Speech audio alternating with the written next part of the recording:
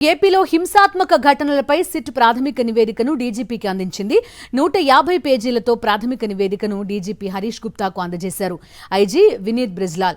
గత 2 రోజులుగా 4 బృందాలు హింస చెలరేగిన ప్రాంతాల్లో పర్యటించాయి.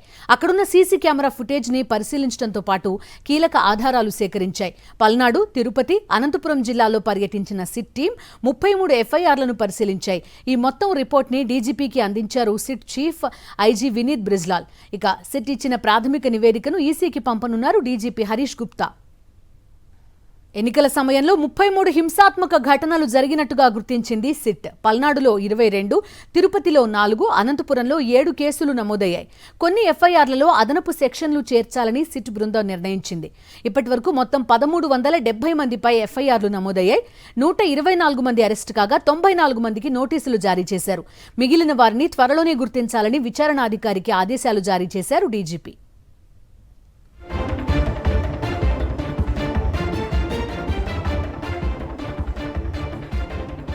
రాళ్ల దాడిని తీవ్రంగా పరిగణించింది సిట్ బృందం. పోలీస్ శాఖ వైఫల్యం ఉన్నట్టుగా గుర్తించింది. పక్కా ప్లాన్ ప్రకారమే రాళ్లు, కర్రలతో దాడి జరిగినట్టుగా గుర్తించింది. అలాగే దాడులను ముందస్తుగా ఊహించడంలో అధికారులు విఫలమయ్యారని సిట్ అధికారులు భావిస్తున్నారు.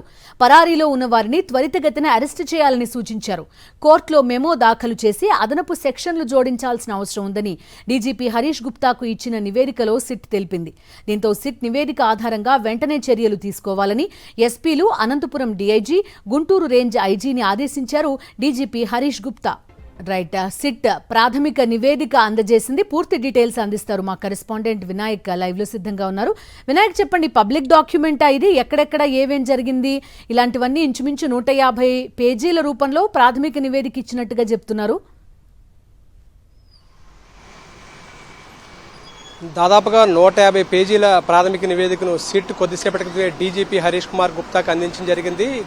ఈసీ ఆదేశాల మేరకు 2 రోజులుగా కూడా ఎక్కడైతే హింసాత్మక ఘటనలు చోటు చేసుకున్నాయో ఆయా జిల్లాల్లో 4 సిట్ బృందాలు పర్యటించడం జరిగింది. ఈ నేపథ్యంలోనే మరి కాసేపట్లోనే డీజీపీ కూడా ఈ సిట్ నివేదికను ఎన్నికల కమిషన్కు పంపించబోతున్నారు. ఎన్నికల కమిషన్ కూడా కేంద్ర ఎన్నికల సంఘానికి ఈ సిట్ నివేదికను అందించబోతున్నారు. ఓవరాల్గా చూస్తే కనుక అటు పల్నాడు జిల్లాలో అదేవిధంగా 3 నియోజకవర్గాల్లోనూ, మరోవైపున తిరుపతి జిల్లాలో 2 నియోజకవర్గాల్లోనూ, మరోవైపున ఇక్కడ అనంతపురం జిల్లా తాడిపత్రి నియోజకవర్గంలో మొత్తం ఓవరాల్గా ఈ 3 జిల్లాలను కూడా దాదాపుగా 33 హింసాత్మక సంఘటనలు చోటు చేసుకున్నాయి. ఎన్నికల తర్వాత జరిగిన ఈ 33 హింసాత్మక సంఘటనల మీద కూడా పూర్తి స్థాయిలో క్షేత్రస్థాయిలోకి వెళ్లి మరి సిట్ బృందాలు పర్యటించడం జరిగింది. మొత్తం 4 బృందాలు ఈ సిట్ దీనికి సంబంధించి పూర్తి క్షేత్రస్థాయికి వెళ్లి పరిశీలన చేయడం జరిగింది. ఒకవైపున దాదాపుగా 33 ఎఫ్ఐఆర్లను పరిశీలించడం, మరోవైపున అక్కడ ఘటనలకు సంబంధించి సమాచార సేకరణ కోసం, వాస్తవంగా ఏం జరిగిందని తెలుసుకోవడం కోసం ఆయా గ్రామాల్లో పర్యటించడం జరిగింది. అక్కడ 2 వైపులో కూడా కేసులు నమోదయ్యా లేదా, ఎందుకు కేసులు ఆలస్యమైన ఉందా లేదంటే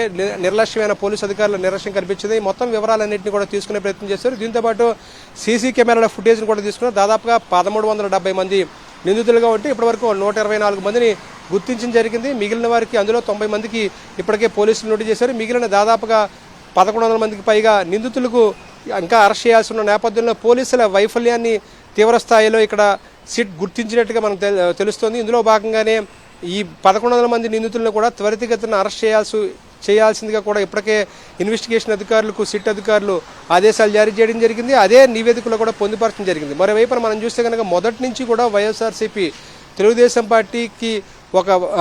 పార్టీకి కొంతమంది అధికారులు వత్తాసు పలికారు, ఉదాసీనంగా వ్యవహరించారు, నిర్లక్ష్యం వహించారు. కొంతమంది డబ్బులు తీసుకుని కొంతమంది అధికారులు తెలుగుదేశం పార్టీ తరఫున పనిచేశారనేది మొదటి నుంచి ఆరోపిస్తుంది. ఇందుకు సంబంధించి కొన్ని కీలకమైన ఆధారాలు కూడా ఇచ్చింది. ఈ నేపథ్యంలోనే ఇప్పుడు సిట్ దర్యాప్తులో కూడా పోలీసుల నిర్లక్ష్యం పూర్తి స్థాయిలో బట్టబయలైనట్టుగా తెలుస్తుంది. ఇందులో భాగంగానే కర్రలు కానీ అదేవిధంగా రాళ్ల దాడిని చాలా తీవ్రంగా పరిగణించారు. ఈ రెండింటి వెనుక కూడా ప్రీ ప్లాన్డ్గానే ఈ ఘటనలు చోటు చేసుకున్నాయి. కర్రలు కానీ రాళ్లు కానీ ముందస్తుగానే సేకరించి పెట్టుకోవడానికి పోలీసుల వైఫల్యం చాలా స్పష్టంగా కనిపిస్తుంది. కొన్ని వందల మంది ఒకేసారి దాడి జరుగుతున్నప్పుడు పోలీసులు ఎందుకు నిర్లక్ష్యంగా వ్యవహరించారు, ఉదాసీనంగా వ్యవహరించారు, ఆ ఘటనను ముందుగా ఎందుకు ఊహించలేకపోయారంటూ కూడా తీవ్ర స్థాయిలో సిట్ ఈ ఘటనను పరిగణించినట్టుగా తెలుస్తుంది. ఇందులో భాగంగానే పల్నాడు జిల్లాలో జరిగిన సంఘటనలను సిట్ చాలా సీరియస్గా తీసుకుంది. ఇదే విషయాన్ని నివేదికలో కూడా పొందుపరిచినట్టుగా తెలుస్తుంది. మరోవైపు మనం చూస్తే కనుక దాదాపుగా 150 పేజీల నివేదికలో పల్నాడు జిల్లాకు సంబంధించిన ఘటనల ప్రతి ఘటన మీద కూడా ఏ విధంగా ఘటన జరిగింది, ఎందుకు ఘటన చోటు చేసుకుంది, అధికారుల పాత్ర ఎంతవరకు ఉంది, అధికారుల నిర్లక్ష్యం ఎందులో ఉంది, అదేవిధంగా అధికారుల మీద ఎటువంటి చర్యలు తీసుకోవాలి, ఈ విషయాలన్నిటి మీద చాలా కూలంకుషంగా ప్రతి ఘటనకు సంబంధించి ఇందులో నివేదికలో పొందుపరిచినట్టుగా తెలుస్తుంది. మరోవైపున మరి కాసేపట్లోనే డీజీపీ కూడా ఈ నివేదికను ఎన్నికల కమిషన్ కూడా పంపబోతున్నారు. మరోవైపున దీంతోపాటు కొన్ని కీలకమైన సూచనలు కూడా ఎన్నికల కమిషన్ ఆదేశాల మేరకు సిట్టు ఇక్కడ డీజీపీకి ఆ నివేదికలో పొందుపరచడం జరిగింది. దాదాపుగా అంటే ఇప్పటికే కొన్ని ఎఫ్ఐఆర్లు నమోదు చేస్తున్నారు. ఆ ఎఫ్ఐఆర్లో కొన్ని సెక్షన్స్ సరిగ్గా నమోదు చేయలేదు. ఆయా సెక్షన్లు నమోదు చేయడానికి గాను ప్రత్యేకంగా కోర్టు అనుమతి తీసుకోవాల్సి ఉంటుంది. కాబట్టి కోర్టులో మెమో దాఖలు చేసి అదనపు సెక్షన్లు కూడా జోడించాలి. అదేవిధంగా నిందితులను త్వరితగతిన పట్టుకుని వారిని కటకటాల వెనక్కి నెట్టాలంటూ కూడా పోలీసులకి సిట్టు సూచనలు జారీ చేయడం జరిగింది. దీంతోపాటు ఎవరైతే పోలీసు అధికారులు నిర్లక్ష్యంగా వ్యవహరించారో, ఎవరైతే ఉదాసీనంగా వ్యవహరించారో వారి మీద కూడా చర్యలకు సిఫార్సు చేసినట్టుగానే తెలుస్తుంది.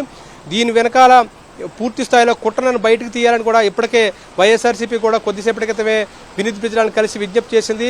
మొట్టమొదటిగా పల్నాడు జిల్లా కానీ, తిరుపతి జిల్లా కానీ, అదేవిధంగా అనంతపురం జిల్లాలు కానీ ఎన్నికల కమిషన్ ఏదైతే పురంధేశ్వరి ఇచ్చిన ఫిర్యాదు ఆధారంగా ఆ 3 జిల్లాల్లోనూ ఎస్పీలు మార్చిన తర్వాత ఈ ఘటనలు చోటు చేసుకున్నాయో దాని వెనకాల పెద్ద కుట్ర దాగి ఉంది. తెలుగుదేశం పార్టీ కుట్రకు పాల్పడింది. 3 జిల్లాల్లోనూ కూడా హింసాత్మక సంఘటనల వెనకాల తెలుగుదేశం పార్టీ ఉంది.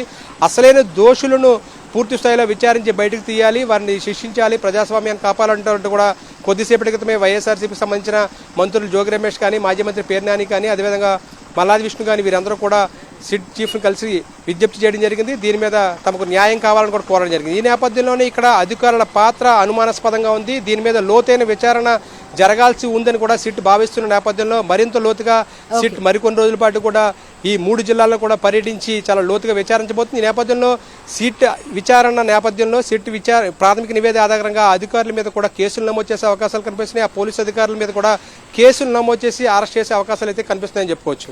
Okay Vinayak, thank you. ఏపీలో హింసాత్మక ఘటనలపై సిట్ ప్రాథమిక నివేదికను డీజీపీకి అందించింది. 150 పేజీలతో ఈ ప్రాథమిక నివేదికను డీజీపీ హరీష్ గుప్తాకు అందజేశారు. ఐజీ వినీత్ బ్రిజ్లాల్ గత 2 రోజులుగా 4 బృందాలు హింస చెలరేగిన ప్రాంతాల్లో పర్యటించాయి. అక్కడున్న సీసీ కెమెరా ఫుటేజ్ ని పరిశీలించడంతో పాటు ఆధారాలు కూడా సేకరించింది. సిట్ పల్నాడు, తిరుపతి, అనంతపురం జిల్లాల్లో పర్యటించిన సిట్ టీం 33 ఎఫ్ఐఆర్లను పరిశీలించారు. ఈ మొత్తం రిపోర్ట్ ని డీజీపీకి అందించారు SIT chief IG Vineet Brijlal. ఇక సిట్ ఇచ్చిన ప్రాథమిక నివేదికను ఈసీకి పంపనున్నారు డీజీపీ హరీష్ గుప్తా.